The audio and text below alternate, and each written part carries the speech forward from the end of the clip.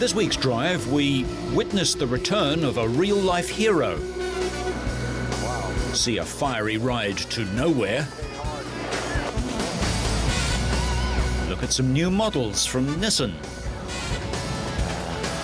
And watch a hometown hero come good. All this and more in this week's Drive.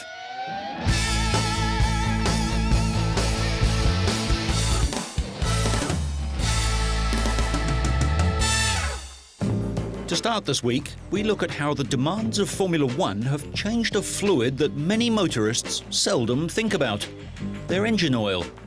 Unlike the crude stuff that comes out of the ground and is refined into golden honey-like fluid, today's high-performance engines run on man-made, so-called synthetic oil. Das Öl in einem Formel-1-Motor. There are great demands put on the oil in a Formula One engine, not only in terms of maximum temperature, but also in terms of viscosity. Es ist natürlich auch sehr beansprucht. It has to ensure that every part of the engine is well lubricated. Und es muss natürlich auch sehr verschiedene. Therefore, on the one hand, it is very important that the oil is fluid and offers the least resistance possible, while on the other, every metal part must be well lubricated so that nothing goes wrong. Metallteile immer noch so gut geschmiert werden, dass da nichts passiert. Castrol is a company with a long history in motorsport, and at their laboratories in England, chemical engineers have made oils designed specifically for use in the BMW V10 engine used by the Williams team. Computer analysis spectrographs show the chemical composition of additives. These additives make sure that the oil doesn't froth when beaten at high revs, continues to lubricate moving parts, and keeps the engine clean by holding dirt and carbon particles in suspension. And nowadays, the chemical engineers work very closely with their counterparts on the racing team. The difference is that, of course, today's oil is tailor-made. So it is pinpointed the exact viscosity that the BMW engine needs. So we do that by a process of testing, firstly here in the UK, in the Castrol laboratories, and then when we have a product that we believe will work perfectly in the BMW V10, we take that over to Munich, we work together with those engineers and make sure that we have the perfect fit for the engine. So there's a process of development which really will deliver maximum power output particularly, and that is the key difference between where we started 3 years ago and where we are today. Each version of the oil is first tested under lab conditions of maximum revs, extreme temperature and continual pressure before it gets anywhere near the hand-built BMW engine, reputed to be the most powerful motor currently racing in Formula One. Experience has shown that the right oil can make a real difference. Grundsätzlich ist das Ziel natürlich, ein Öl zu machen. Basically, the aim is to produce an oil that's as thin as water, but lubricates as well as really thick oil. The thinner that oil is, the less friction there is, the less resistance is created in the engine, and that's something that has led over the years to a bit of extra horsepower. It was especially the case in 1998 and 99, when you could get an extra 5 to 8 horsepower, depending on the oil. That would probably be the same in a road car if you used really thin oil. The only problem with that is that it hurts the bearings, but we don't do 100,000 kilometres, so it's not too bad. Of course, road cars routinely do that kind of distance, and the oils in everyday vehicles face different challenges. The conditions in which they operate may not be so brutal, but colder starts and much longer drain intervals require different characteristics. Research is ongoing, and newer oils are significantly better than those available just a few years ago. You can see how important it is to lubricate an engine effectively by the fact that free-flowing synthetic oils can clearly reduce fuel consumption. This applies especially to modern engines and if you do a lot of cold starts. In this respect, synthetic oil is clearly superior to traditional engine oils. So, despite an often higher price, man-made synthetic oils should reward the driver and pay for themselves both in fuel saving and longer engine life.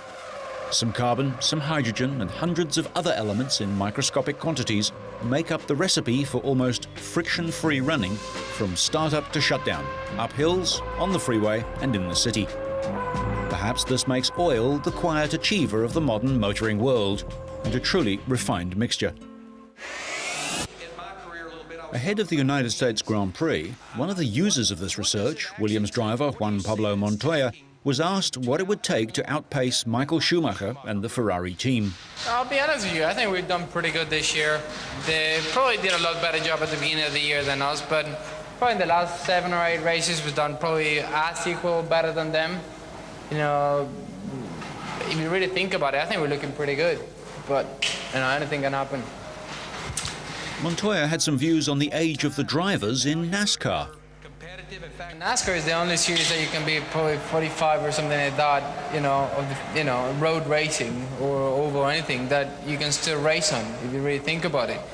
You know, F1 probably the oldest driver is, I don't know, who's the oldest driver? I don't know, 30 something, 35, probably 36. You know, it's the oldest driver in Formula 1. You know, probably NASCAR when you're 35, 36, you're not, you know, not old enough to join, really.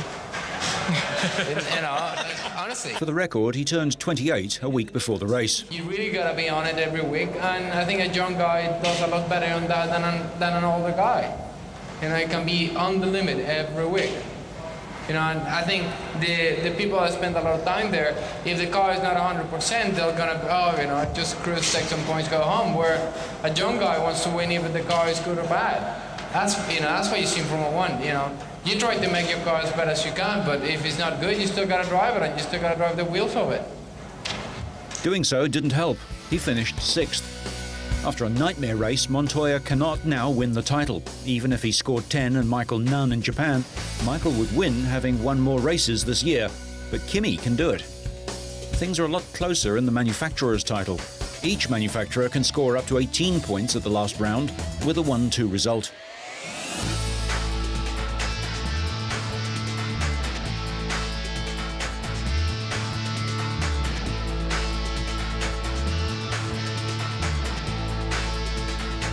Ex-Formula One driver Alex Zanardi, who lost both legs in a racing crash 2 years ago, is to make a return to competition.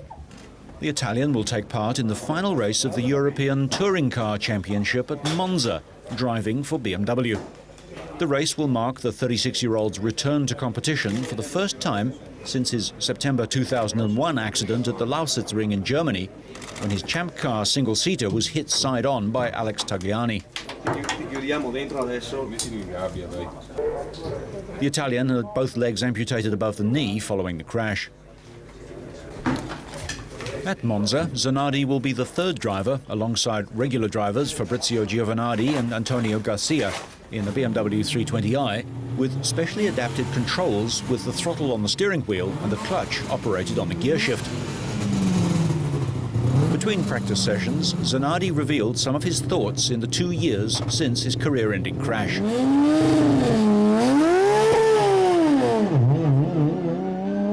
Now that I've come back to a decent lifestyle, I have nothing against going back to drive, but I had to find the right opportunity to do it because I could not be motivated. And this has nothing to do with my legs, but it's simply in my head. It's the fact that I was probably very close to not retire, but slow down anyway, because now I have a son, I have different interests.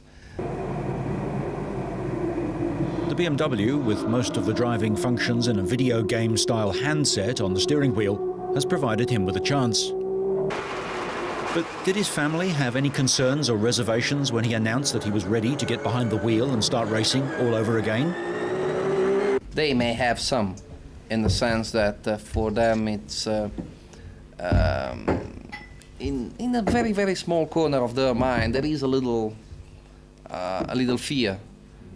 And it's totally understandable, it's in the human nature, but probably it's not as big as a lot of people believe it is, because, I mean, my wife met me that I was a race car driver, and she's used to it. I mean, and she understands that what happened to me had a great deal of bad luck involved with it, in it.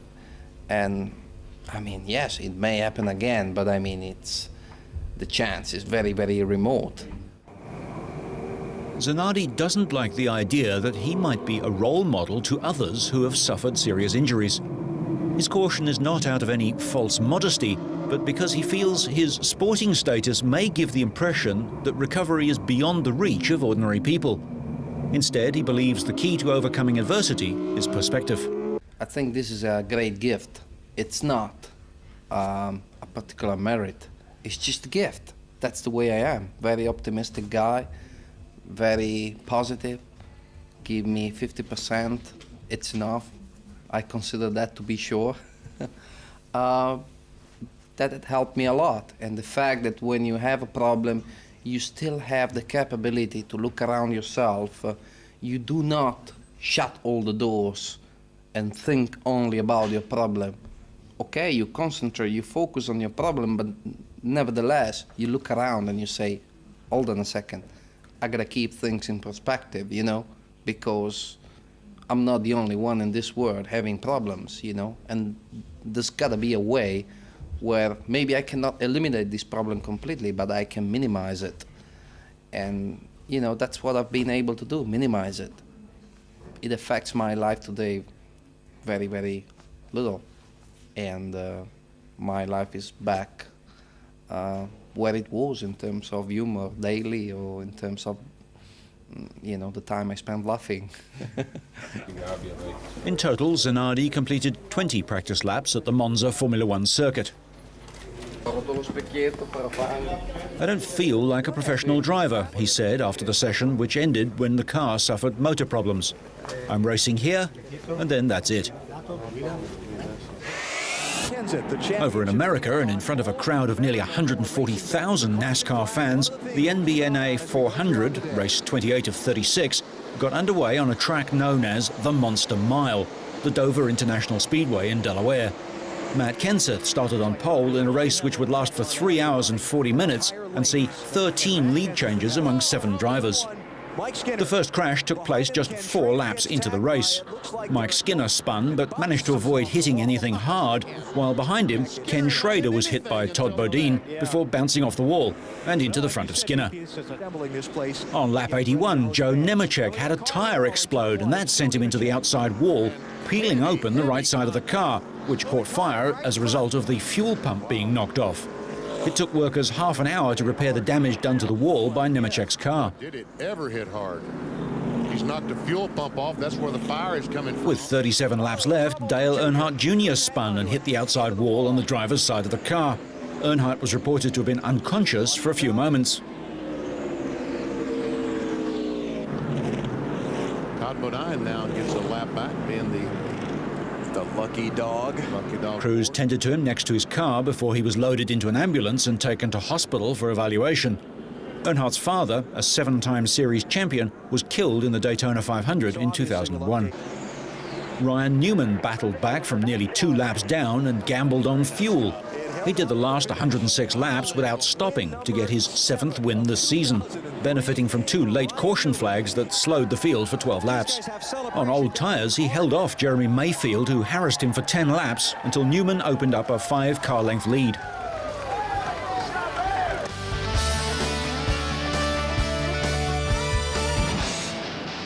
Until now, Nissan haven't had what they call a full-size sport utility vehicle, and dealers, particularly in the US, have felt this gap at the top of the range. Well, now the Pathfinder Armada has sailed into showrooms from its American factory. It's a big SUV that has enough styling to make it more than a box on wheels, and thorough off-road credentials too.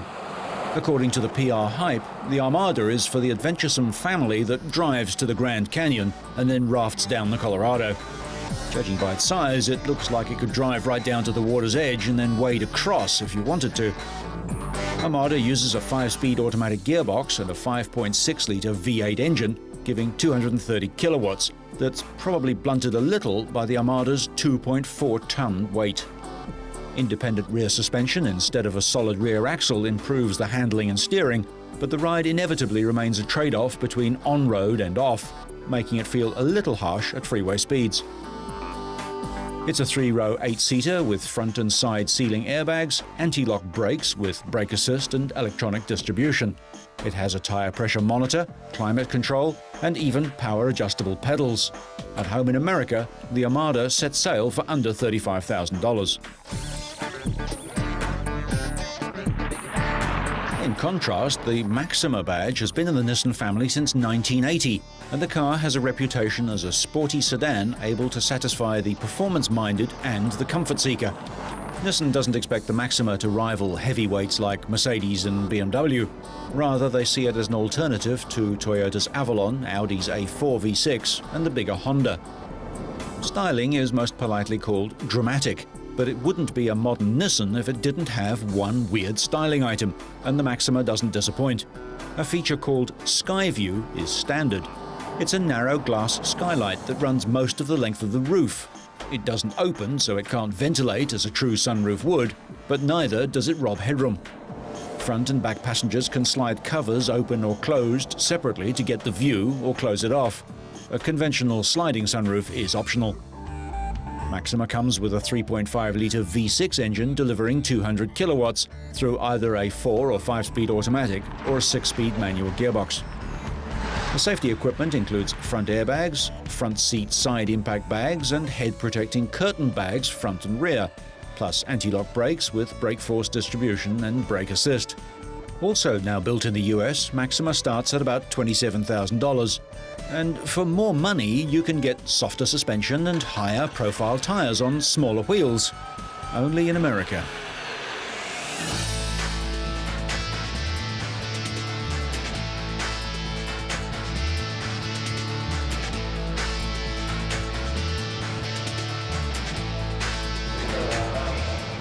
Riders of the identical bikes in the one-make Boxer series were in the Netherlands, where rain threatened. Austrian Thomas Hinterreiter won at the last round in Spain and was on pole in Holland, but there have been 4 different winners in 5 rounds.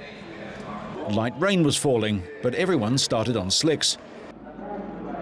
Marcus Barth, starting from 4th on the grid, grabbed the lead, followed by championship leader Andy Hoffman, Roberto Panicci and 16-year-old Englishman Barry Burrell, who sensationally leapt into 4th place from 15th on the grid. Hinterreiter lost a string of positions but immediately started clawing them back. Barth was offline and got swamped, dropping back to 6th in the pack, where he was knee-to-knee with South African Lance Isaacs. Isaacs, on the yellow bike, was riding in the Dutch team as a replacement for injured Robert van der Molen. Isaacs had started 19th and used his World Superbike experience to jump up the order.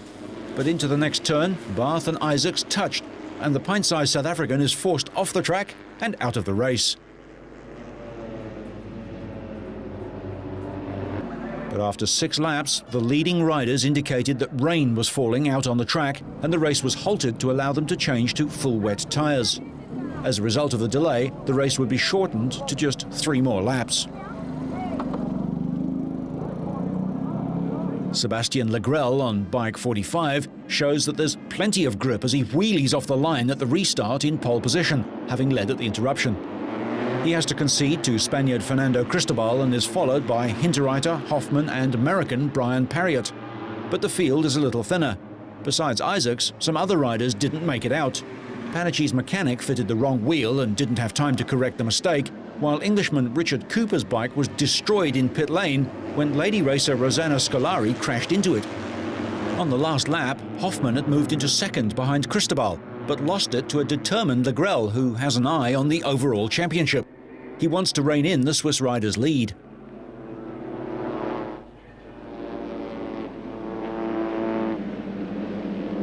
Cristobal's lead is untouchable and he wins the 2nd session from Legrel and Hoffman, but on aggregate he places 4th overall. On combined times, Frenchman Legrel records his first win of the season and again shows that there's plenty of grip on the soaking track. He goes to 2nd in the title, just 4 points behind Hoffman, and the next race is at Belgium's Spa-Francorchamps.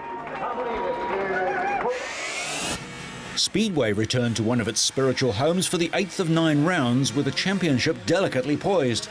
At the start of the evening, any one of 6 riders could claim the title, with Sweden's Tony Rickardsson hoping to secure a record-equaling 6th world crown. But after progressing through the early rounds, the greatest points scorer in modern speedway was boxed against the barriers by Britain's Scott Nicholls and was forced to drop back to fourth. The Swede never recovered. Nicholls took the heat with local Jaroslav Hempel, the newly crowned under-21 world champion, second. Rickardson was eliminated with just 6 championship points, and he faced the reality that a third world title in as many years had all but evaporated. Not that it was much consolation, but Rickardson became the first rider to pass 1,000 career world championship points. His departure left the way open for his rivals, and they took full advantage. In the draw for the final, Poland's Tomasz Golob, winner of 7 Grand Prix here, drew the preferred lane 2. Australia's Jason Crump appeared to have stolen a march on the 31-year-old local star into the first bend, but Golob recovered, took the lead and stormed away to eventual victory. Crump took second place, with Denmark's Nicky Pedersen close behind.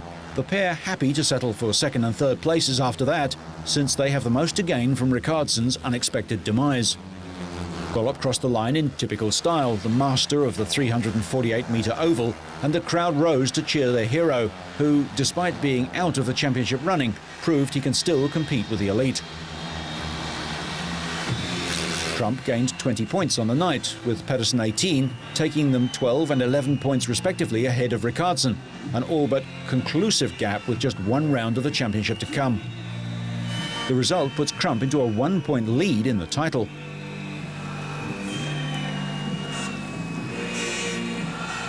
Meanwhile, Golob celebrated his 10th career victory and his 8th on home shale, going 5th in the standings with 100 points. Despite their camaraderie, Crump and Pedersen will end the season at the 9th and final round at Norway's Olympic Stadium, Hamar, in 2 weeks' time.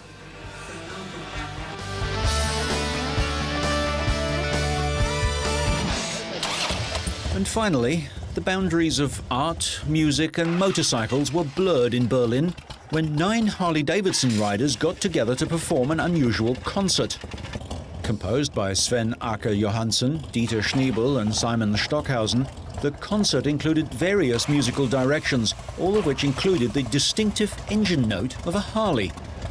According to Christoph Metziger, curator of Berlin's Academy of Arts, the idea of creating music with Harleys came up one night over a few bottles of wine. But of course. We wanted to work with these bikes and their especially good sound dynamics, so we asked 3 different composers to get to know the bikes, collect details and then work out a sound profile, Metziger said. Maybe not surprisingly, the sound of roaring Harleys is not music to everyone's ears. After several rehearsals in the courtyard of Berlin's main library, authorities refused to let the concert go ahead and threatened organisers with a €50,000 fine. So the concert was performed on top of a multi-storey parking garage in the Spandau district on the outskirts of the city, which just happens to be where rival manufacturer BMW builds their bikes. When they're not performing, the riders turned would-be musicians are engineers, architects and entrepreneurs. However, during the vocal component, some seem to wish that they were someone else. And who's Bob?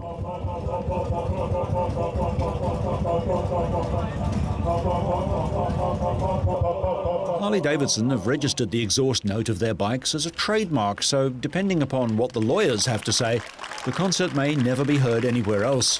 Whether that's good or bad depends upon your idea of music.